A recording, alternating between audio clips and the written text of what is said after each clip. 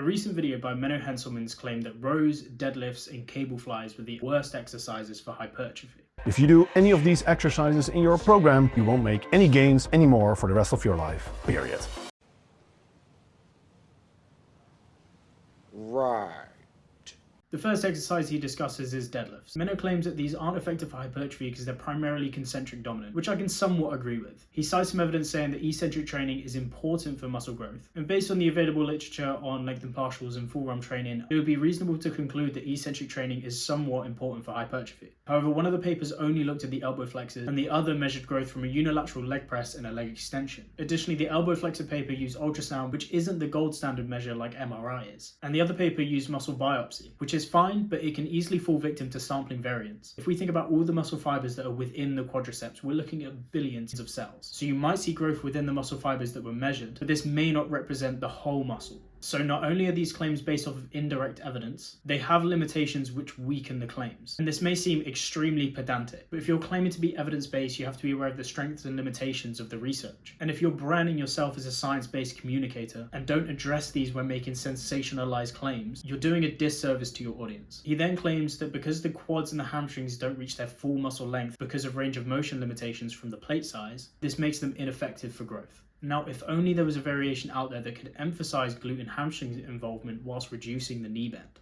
He does recommend the RDL as a superior alternative. Nonetheless, if you want to maximize the benefit from an RDL, it's important to bend your knees whilst performing it. Because if you're going to try and get the most hip flexion out of that exercise and your knees remain straight throughout, something's got to give. Either your knees have to bend or your lower back is going to round. Obviously, bending your knees is the better choice as it allows your hips to travel further back whilst maintaining weight distribution over the midfoot. He also claims that because the upper body is contracting primarily isometrically, it makes it an inferior exercise. But I don't know anyone who's doing deadlifts for sick upper body gains. Sure, a lot of people will claim that it involves the whole body, which it does to a degree. However, I'm sure those same people wouldn't claim that deadlifts are enough for lower and upper body gains. Menno then calls the deadlift a jack of all trades but a master of none, as it stimulates a lot of muscle groups but none optimally. But I can't find a single problem with stimulating a lot of muscle groups at once. And this is a very interesting point because his superior alternatives fall victim to the same flaws. Good mornings and RDLs require isometric contractions from the upper body, as well as recruiting multiple muscle groups to perform the movement. So why does this argument apply to the deadlifts but not his alternatives? Following that, he provides research refuting claims that deadlifts are more fatiguing than squats, at least physiologically, but then caveats this with the fact that they could be more psychologically demanding due to the technical and loading requirements. The papers do look at physiological markers, maximal voluntary isometric contraction, and muscle activation, essentially showing that deadlifts are in fact no more fatiguing than squats. But then he goes on to say that they have a poor stimulus to fatigue ratio,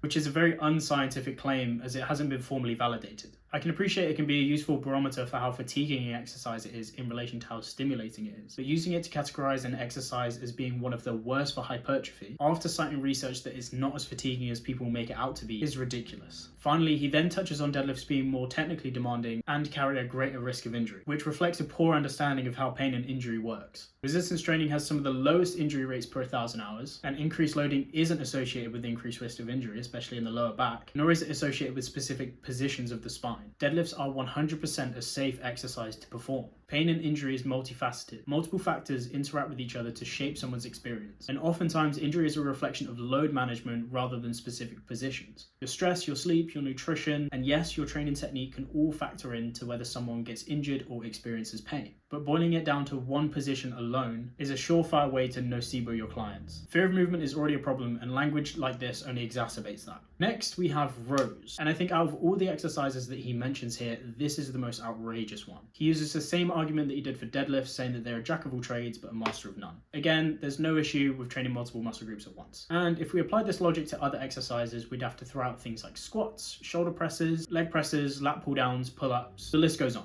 Menno's next argument states that they're ineffective because they don't receive a large amount of tension in the lengthened position. Once again, if we apply this logic to other exercises, we have to get rid of barbell curls, dumbbell lateral raises, pull-ups, and pull-downs. Now, just because an exercise doesn't offer a large amount of tension in the stretch doesn't mean it's not effective for growth. Plenty of high-level bodybuilders have been getting jacked by doing rows for years, and you can make small adjustments to your technique to bias certain musculature more. For example, performing an incline row will smash the upper and mid-back more, and a horizontal row with a neutral grip will bias the lats. He then cites a 2021 study that showed more growth from bicep curls than rows. However, a 2023 systematic review and meta-analysis showed no difference between compounds versus isolation exercises for hypertrophy. Yes, this study didn't compare rows directly, but we can't always rely on single studies to justify our claims. And I don't really know of anyone who's doing rows for biceps growth alone. Even the volume literature would count rows as a fractional set for the biceps. For example, a bicep curl would count as one set, but a row would be 0.5 of a set. So when rounding out a program, some isolation work is going to be pretty important. He then talks about categorizing exercises into vertical pulling and horizontal pulling like it's a bad thing.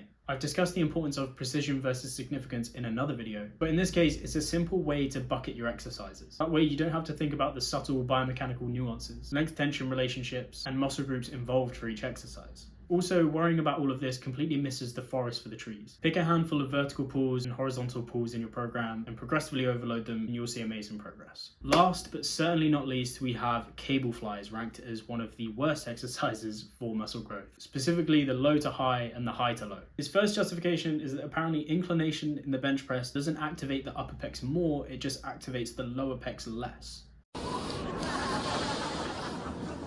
Shite. Oh yes, that's shite. But by definition, if something is less active during an exercise, then something else has to be more active.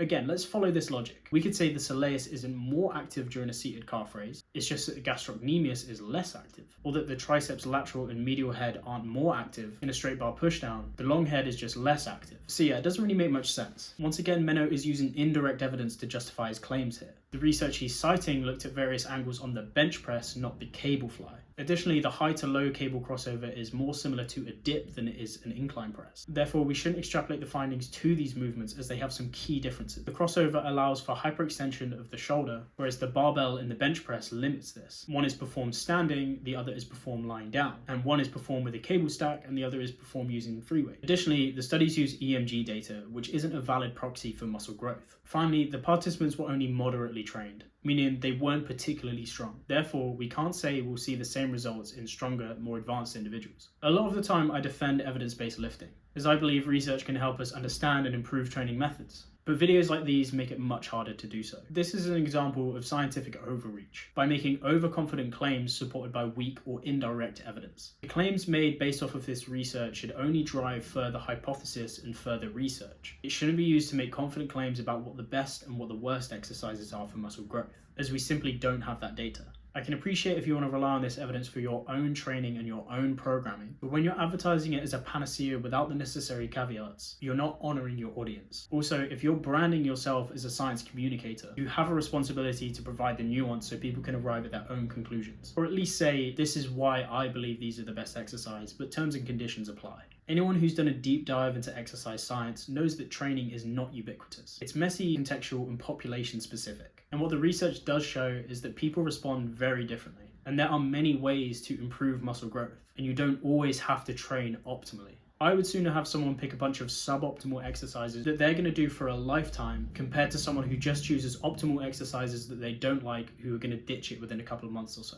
If that interests you and you enjoyed this video, there'll be a link below where you can get coached by me. And if after 30 days you think it's suboptimal, then I'll give you a full refund. Or if you just like the information presented in this video, then you'll love my emails. Down below there'll be a link to my newsletter where you get weekly tips that you won't find on social media. Thank you for watching, and I'll see you in the next one.